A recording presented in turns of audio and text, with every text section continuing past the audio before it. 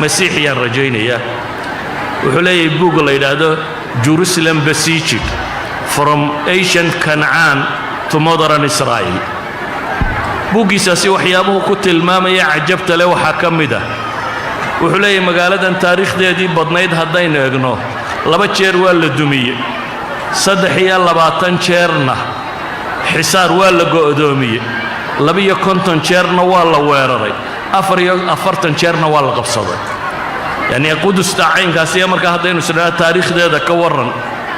waa taariikh aad u ballaaran oo aan muxaadaro iyo hal iyo 2 iyo 3 toona lagu keewi karin laakiin waxaan isku dayayaa ma qabla al-islaam inaan ka tago wixii islaamnimada ka horeeyay inaanan waxba ka tilmaamin inaan soo koobo al-xadaara al-islaamiyya intii ay jirtay iyo qudus siday waakay marka la eego qudus iyo makaanada islaamka ku leedahay waxaynu naqaanaa inay tahay ثاني أقدم مسجد في العالم masaajidkii labaad ee ugu daaweyna dunida ku yaala oo quraanka ilaahay waa ka inoogu tilmaamay in awwala baytin wadi'a linnas lalladhi bi Bakka nabiguna xadiiskiisa waa ka ku tilmaamaya 40 sano kadib in bayt al-maqdisna la dhisay wa ulul qiblatayn waa qiblada ay muslimiintu u jeesanayeen 17 bilood ilaa iyo ilaahay subhanahu wa ta'ala aayaadka fi suurati al-baqara oo aayaad wax nasakha aayaadka ugu tiro badan ee quraanka ku yaala waayo waa mas'ala ku adkayd bay yiraahdaan muslimiintu markay Madiina joogtay oo ay la noolaayeen dad kale iyana waa qibla kamida qibladii ay muslimiintu u jeesan jirtay hore 17 bilood waa mar saddexaad waa thalithul haramayn waa haramkii saddexaad oo nabigu calayhi salaatu wasalaam uu ku tilmaamayo salaada lagu tukado masjidi haadana inay kun tahay ka lagu tukado makana inay 100 kun tahay ta lagu tukado masjid al-aqsa inay 500 oo salaadood u dhiganto waa mar kale waxaan leenahay waa masra rasuulillahi sallallahu alayhi wa alihi wasallam waa meeshii ilaahay subhanahu wa ta'ala nabigiisa uu israha iyo mi'raajku meeshu ka dhacay oo ah min mu'jizaati nabiy alayhi salatu wasalaam inuu habeen quran Makka ka tago oo uu tago bayt al-maqdis oo ay daliil u noqoto marka mi'raajka iyadoo Makka iyo Madiina waa 14 maalmood in ku dhadhow kala socday laakiin bayt al-maqdis iyo Makka gudaheeda ilaahay uu kaxeeyay habeen gudaheed inta la geeyay in la soo celiyo waa makaanu uruujihi waa meeshii nabiga laga dheelmiyay cirka laga qabadsiiyay waa meeshii nabi Muhammad alayhi salatu wasalaam anbiyada ku tukiyay imaamka ugu noqday waa meeshii nabigu ku tilmaamayo 3 meelood in cibaado loogu safro oo 3da masaajida waa meel ay deganaan jireen nabiyada in badan quraanku uu ka waramayo adduunye nabi Ibrahim nabi Lut nabi Ishaq nabi Yaqub nabi Yusha nabi Allah Daawud nabi Allah Sulaiman anbiya badan oo quraanka iyo sunnadu ay ka waramayaan waa meeshii ay deganaan jireen inta kadib waxaan leenahay waa meeshii koowaad ee jihaad loo waajibiyo wixii ka horeeyay udkhulul ard al-muqaddasa ee nabi Muuse lagu yiri wixii ka horeeyay anbiyada waxa la fari jiray inay dacwada faafiyaan dadku hadday dhibaan anbiyada u taagwaayaan ka baxa baa loo oran jiray dibeetana waa la halaagi jiray nabi Muuse wixii ka horeeyay quraanku ka waramay ee nabi ahaa dadkii umamkii ka soo horjeeday inta leeyahay muuminiinta ka baxba intii kale la halaagay waxa la yiraahdaa qisada nabi Muuse labada tarafba way ka qayb noqotay qayb qoladii la halaagay hore way ka qayb noqoto fircoon waqtigiisii waxa la yiraahdaa ka bax magaalada marka ay ka baxeen ilaahay subhanahu wa ta'ala badu kala jaxay fircoon iyo kooxdiisii waa la halaagay laakiin haddana iyaga ah dadkii ugu horeeyay jihaad la faraba la yiri oo dabeetana waxa la yiri udkhulul ard al-muqaddasata allati kataba Allahu lakum bayt al-maqdis kala waa meeshu furtay markaasi nabi Muuse waa ku iskaga haray yiri halkaan anagu fadheenaye idha anta wa rabbuka faqatila innaha huna qa'idun xadiiska nabigu waa ka inoo tilmaamaya Yusha ibn Nun inuu furtay Yusha ibn Nun nabigii la oran jiray inuu furtay inta haddaynu soo dhaafno nimaadna ahdigii nabiga calayhi salaatu wasalaam sunnada laba bishaara ku soo arooray mid هرقل baa laga warinaya markii uu nabigu waraaqa kala diray Heraclius ninkii loo dhan jiray Romanska oo markaas uu ka taliya Bayt al-Maqdis markii loo keenay waraaqdii nabiga waa kii nimankii ka yimi Abu Sufyaan iyo koox la socotay oo mushrikiin ahaa oo safara interviewga ka qaaday kadibna wuxuu yidhi fa in kaana maa taquulu xaqan waxa aad sheegaysaa hadday dhabtay su'aaluu weydiiyey uu ku hubinayo nebi maxamed nebi mayey mise maaha 13 su'aalood ama 14 su'aalood ayuu weydiiyey oo Bukhaari soo aroorinayo su'aalaha kadib mid walba wuxuu sababtu u weydiinayna wuu sheegay kadib wuxuu yidhi waxa aad ii sheegtay hadduu dhab yahay فسيملك موضع قدمي هاتين هل كان ما أنت فرديه وقبصن دونا وقد كنت أعلم أنه خارج لم أكن أظن أنه منكم وأن أقا النبي لهي صدر يو وقتي سيوشوغو ما نسفلين إنه يدنك صباح يو فلو أعلم أني أخلص إليه لتجشمت اللقاء ولو كنت عنده لغسلت عن قدمي wuxuu markaa tilmaamayaa meeshuu joogo inuu qabsan doono waa saadaashii Heraclius nabiyullaahi muxamedna calayhi salaatu wasalaam xadiidka bukhaari iyo ibn maaja iyo axmed ba warinayaan ee maalik cawf ibn maalik ayaa wuxuu yidhi nabigaan u imi calayhi salaatu wasalaam ghaswatu tabuuk waa dagaaladii ugu dambeeyey uu nabigu galay mid ka mid ah dagaalkii tabuuk waa Romanska dagaaladii lagu soo qaadayay markaas baanu imubuudi isagoo taambuug yar ama qubba yar oo ka samaysan harag ku jira dabeetana wuxuu nabigu ugu yidhi buu yidhi calayhi salaatu wasalaam ucdud sittan bayna yaday saaca lix tiri buu yidhi aniga qiyaamaha hortii lix shay oo calaamaadka qiyaamaha ka mid ah tirsa buu ku yidhi lixda shay wuxuu nabigu ugu horraysiiyey mawti geeridayda إنه النبي محمد جيريون دون عليه الصلاة والسلام وحاو كحكسي نبي ثم فتح بيت المقدس بيقول أنا جوا جيريونيا كدب الله فرن دونا بيت المقدس أفر شيء وكله وجيري بدنين يدعي دونته وأي مفسرين المحدثين تكت المامان طاعون كي عمواس أمين هذا الأمة أبو عبيدة الرجل لم يتكهى كل انتين مركا يفرتين مقالة كدب إنه يهي xooluhu inay badan doonaan fitna inay dhici doonto guri kastoo carbeed gali doonta hudna inay dhici doonto ala kulli xaal xadiidka maxallu shaahidka inuu nagu ka soconnaa waxa weeyaan fatxu bayt al-maqdis in la furan doono bayt al-maqdis nabigaasi sheegay calayhi salaatu wasalaam goorma la furtay bayt al-maqdis أبي بكر مكو نبي الدبدي عليه الصلاة والسلام وقبطي خلافة إسلامية هاي وحب الأبمي أصحاب الردة سنة كي هو قرأ سكو مشغول سنة دلبات كيسي وحب الأبي إنه وير القليل لبدي الدولة دود الدنيا دوجوا وينا ها بيرشيا الرومان إسلام بدأ إن دجالو قاضو عراق يا الشام لبدأ بمر قرأ إن دجالو قاضو ciidamo kala diray oo hogaaminayaan saxaabad tiro badan leh Khalid ibn Sa'id Yazid ibn Abi Sufyan Shurahbil ibn Hasna Abu Ubayd ibn al-Jarrah Amr ibn al-As ragaasi ciidamay hogaaminayaan buu kala diray waqtiga waxa dhacay baa la yiraahdaa kadib معركة weyn oo loo yaqaan معركة أجنادين معركة أجنادين waxay ka dhacday magaaladan hadda la yiraahdo Khalil ku taala إسرائيل ميلان هذا هيستطاع دين عيد كذا عدي ميلو دو رومانسكية مسلمين تاسقالي جماد الأولى تدبير لباتن كيدي صدحي تبنكي هجرية ده أي مسلمين تقول يستين معركة لبات باكو حكتي أو تي يرموك نهر يرموك كذا عدي وأقول نكتة إيانا مسلمين تقول يستين هزايم تاسمر كي يكون عدي كذب oo halka ay muslimiintu marayaan ayuu Umar qabsaday Abi Bakar dhintay Umar baa dawladda islaamiga ahayd qabtay Umar wuxuu bedelay maamulkii askarta Abu Ubayd ibn al-Jarrah buu isugu dhiibay ciidamadii Shaam oo dhan Yarmuk laga soo bilaabana Khalid ibn Walid baa haystay Khalid buu ka cazilay Khalidna waxa laga dhigay askar kamid ah askarta muslimiinta kamid ah wakhtigaa waxay muslimiintu joogaan falastiin inteeda badan gacantay ku hayaan marka laga reebo baa la yidhaahdaa magaalo yaroo qaysariya la yidhaahdo oo xeebta ku taalla oo iyada romanska madad badan ka heli jirtay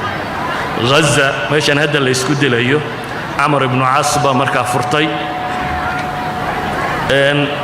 intaa kadib muslimiintu waxay bilaabeen abu cubayda markii ciidanka loo wada dhiibay abu cubayda markuu dimashq furtay ayaa ciidamadiisii ka soo dhaqaaqeen waxa la yimi bayt almaqdis waxa la geliyay go'doomin muddo xisaar markii ay ku jireen ayay waxay dalbadeen heshiis in lala galo nimankii meesha ku jiray heshiiskii bay muslimiintu ka aqbaleen waxay kaloo heshiiskooda ka mid oo ay dalbadeen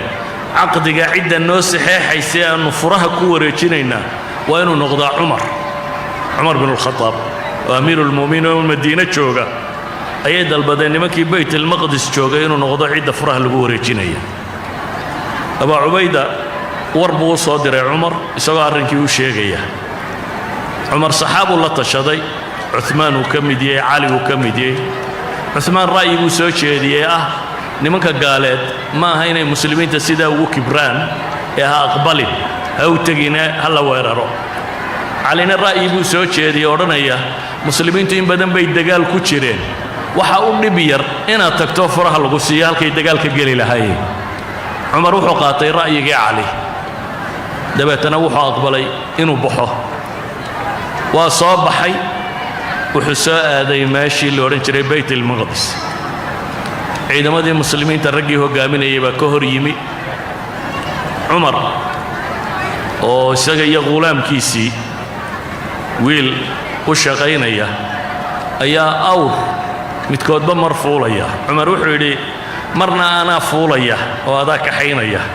marna adaa fuulaya oo anigaa kaxaynaya marna awrkaynu nasinaynaa buu yidhi saddex qaybood baynu u qaybinaynaa dabeetana waxa ay ku soo baxeen cumar oo meel dhooba maraya oo labadii kabood suxulka gashaday oo wiilkiina saaran yahay awrka cumarna hogaaminayo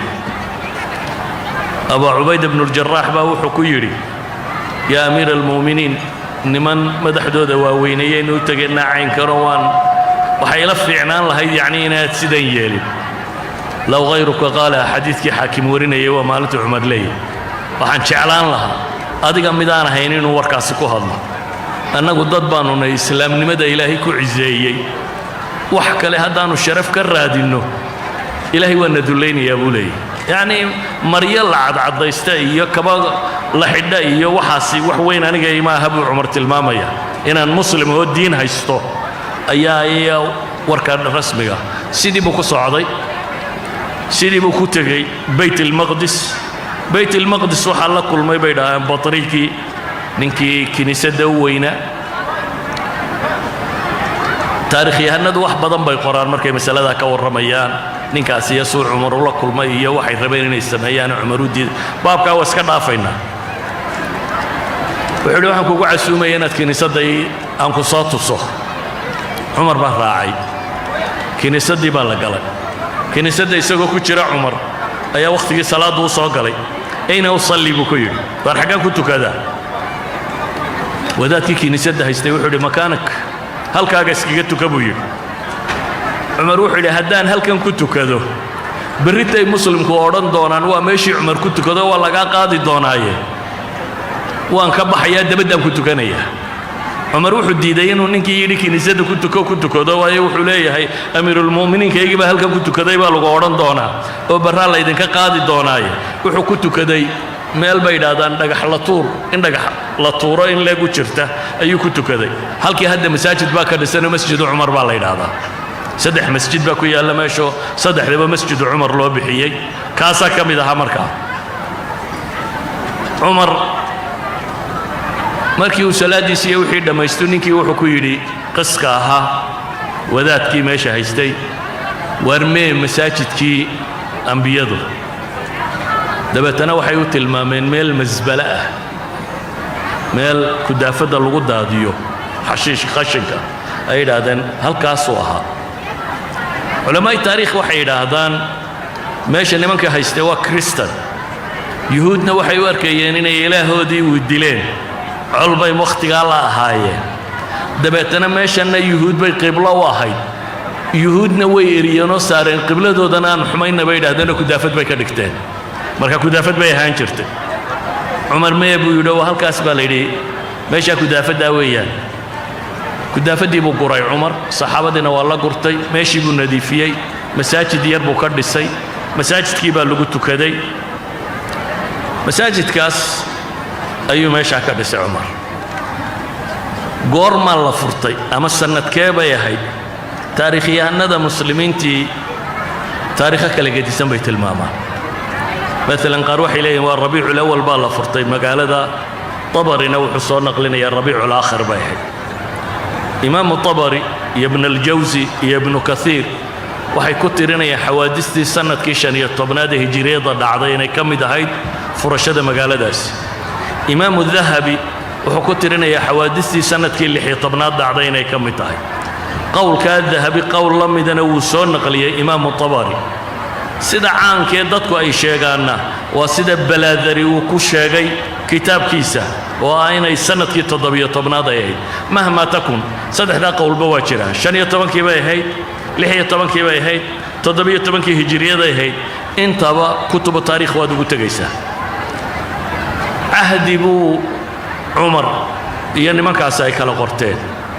ahdigaasi wuxuu qoraaba la yidhi sidatan ilaa hadda way taala waraaqdi al-ahdi al-umari كنيسة القيامة ويتالله بسم الله الرحمن الرحيم هذا ما أعطى عبد الله عمر أمير المؤمنين أهل إيلياء من الأمان أعطاهم أمانا لأنفسهم وأموالهم ولكنائسهم وصلبانهم ورلير كان وحي عمر أمير المؤمنين إيوني منك إيلياء أما بيت المقدس دقناي كالقرتين أمانها وإن نبتقليه siiyay buu yiri naftooda iyo maalkooda iyo kiniisadooda iyo saliibkooda iyo bukaankooda iyo caafimaad qabkooda iyo diintooda wax kasto ay tahay inaan sidooda ugu daayo wuxuu kaloo ammaanka kamid ahaa la tuskan kanaa'ihum wala tuhdam ammaankan sidoo xuquuq u badnaa systemka meelahan hadda yiraahdaan xuquuq bini aadamka lagu qoraa waraaqdani way taalaa an la tuskana kanaa'isuhum wala tuhdam كنيسدهودا إنان لغنا دغين أو لغا قادين لنا دمنين ولا ينتقص منها ولا من حيزها ولا من صليبهم وحي إليه نمان كاسي إنان لغا قادين بوقر حولهودا إنان لغا قادين بوقر دين تودا إنان قصب لغا سارا ما عدنا لغو قصبين بوقر وحكم دا وحوقر ولا يضار أحد منهم قف إياغا كم دا وحودا هستينان وحدي بلوغيسنين عهدك وحكمدها مسألة يجو قات كائن الضلبدين مسألة سمحيتي ولا يسكن بإيلياء معهم أحد من اليهود عمر ضرب كذا البدن وأقبله وحكمدها مقالة بيت المقدس اللي يدهده يهودي كما أرك كرنوا يدهده بيت المقدس رومانيسكا كسارة أو كريستانها دبتنا وحكوسوا عليه بيرشيانيسكا اللي بقول يا أفريقيا لا تنكي ملهاسي بس أفريقيا طبعا كي 10 sanadood wax ku dhadhowbay joogeen kadib ba hadana Romanisku dib uga saareen ama Heracles uu dib uga saaray ahdiga waxa kamid ahaa oo ay markaa nasaari taagnay nasaaro wax kale qaadatay baynu ka warrami doonaaye inaan meesha la degin oo yahuudiyaanay la degin dhanka kale intaas waa intii iyaga la siiyay dhanka kale waxa la yiraahdaa anaguna waxaan ogolay inaanu jizya bixino كو عمر وحو كلو كشرطي رومانسكي توكتنا هنا ماشي كسارتان مركا رومانسكا وحي هي اللصوص توكتين مقالة لغا سارو عدي ربطا إني مقالة كغورتو إن لو قلادا نفي ماليو حولبا ينو لبحي كارو دادك بيرليدا عدي ربطا إني اسكتك تنوى لو قولي عدي بيرتو دا هايساني ساو جزية بحين هايسانا ينوى لو قولي جزية دوا 10 مدحيت كوني حولها عشوران لكن مسلمين تو ضد كانوا ضلنين مدحودا العشوري لكن مسلمين تزكى لقى قادي حقوق بيلهايين إن لا إلاليه ويأمان كودي الدولة لماذا كهوس جرا دولة لماذا تكسكا مكاين بحيان بيه wuxuu cumar markaa yidhi beeralayduna meeshooda way haysan kartaa jizyun baa laga qaadayaa weliba jizyada waxaa laga qaadayaa marka ay beertu u go'do oo qudha sidaas bay muslimiintu ku qabsadeen meesha la yidhaahdo bayt almaqdis qarnigii koowaad ee hijriyada 15keedii ama 16keedii ama 17keedii ka tidhaahdaba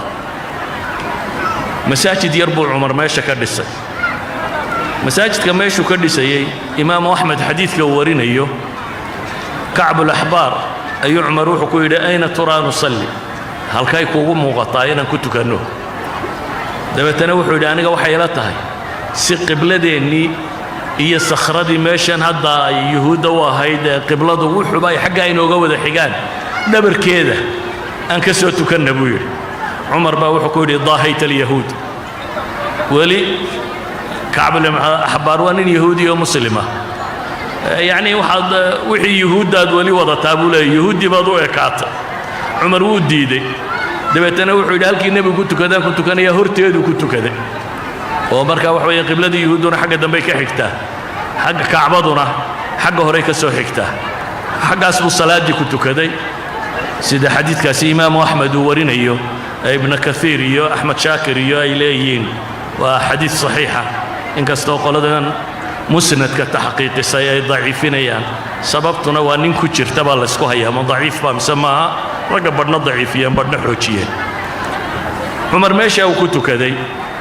oo masaajidkii ugu koowaad laga dhisay markaa kuwii hore waa dumeen cumar baa bilaabay masaajid yaroo sarab oo cariisha buu ka dhisay mucaawiya xilligiisii yara ballaadhiyey masaajid cariishuu weli ahaa dawla lumawiya markay ay jirtay wakhti cabdilmalik ibnu marwaan xilligiisii iyo inankiisii alwaliid ibnu cabdilmalik labadan nin ayaa qubaddan iyo masaajidkan iyo waxan dambe oo dhan dhisay weliba waxaa la yidhaahdaa cabdilmalik ibnu marwaan masaajidkan dhisistiisa wuxuu bilaabay markii laga qabsaday xarameynkii kale cabdillaahi ibnu zubayr markii uu qabsaday maxaa la yidhaahdaa xijaas oo dhan iyo ciraaq iyo dhulkaas oo dhan markuu qabsaday khilaafadiisii ayuu wuxuu bilaabay xajka dadka yimaada inuu bayco ka qaado wuxuu ka cabsaday bay yidhaahdeen reer shaam hadday xaj tagaan in iyagana uu bayco ka qaado ay saasi khilaafadiisa ku galaan dabeetana intuu xadiidkii imaamu zuhari ee laa tashaddu rixaal u daliishaday ayuu halkan amaamuday dabeetana masaajidka weyn iyo qubbada tan iyo waxa kanoo dhan isagaa sameeyey isagoo raba bay yidhaahdeen inaan ibnu zubayr la xoojinnin buu sidaasi u galay inankiisiina alwaliid ibnu cabdilmalikna waa uga dambeeyey oo isna waa sii xoojiyey waa sida uu qorayo imaam ibnu kathiir iyo sibt ibn aljawsi fii kitaabi mir'aati zamaan labadubana waxay ka soo naqlinayaan yacquubi fii kitaabihi yacquubigaasi waxa uu qorayaa isagu iyo uu leeyay sakhrada isagaa dhisay qubbatu sakhra qubbadan weyn ee dahabka u eg isagaa dhisay buu leeyahay ayaamu fitnati cabdillaahi ibnu zubayr soo duduub labadaa nina isdhalay ayaa dhisay masaajidka iyo intan kale masaajidku ini waa intii masaajidkii rasmiga ahayd inna waa qubbada tan ee sakhradu ay ku taallo iyo saaxada u dhaxaysa intoo dhan oo la isku daro ayaa xaram lagu wada tilmaamaa intoo dhan oo la isku daro bay yidhahdeen xaramu masjid alaqsa waa 141,000 oo mitir square bay yidhaahdaan marka intaasoo dhan la isku daro waagii dambaa laba suur loo samayn doonaa siduu mustafa dabaaq fii kitaabihi alqudus uu ku tilmaamayo markii ay dowladda umawiyiintu cahdiyadeedii dambe oo ay daashayba ayaa zilzaal ka dhacay dhulgariir baa dhacay markay 130 hijriyadu maraysay dabeetana masaajidka dhanka bari iyo dhanka galbeedba waa dumay dowladdii umawiyiintiina markaa idiraabaad baa iskaga jiray masaajidkii umawiyiintu waxay ka tageen isagoo labadaa dhinacba ka dunsan waxaa bilaabmay alcahdi alcabaasi abu jacfar almansuur ninkii la odhan jiray oo 141kii hijriyada markay qabsadeen yacnii kadib imaamka ahaa ayaa yimi dadkii bayt almaqdis deganaa waxay ku yidhaahdeen waxaanu rabnaa masaajidkii waa dunsan yahay inaad dib u dhisto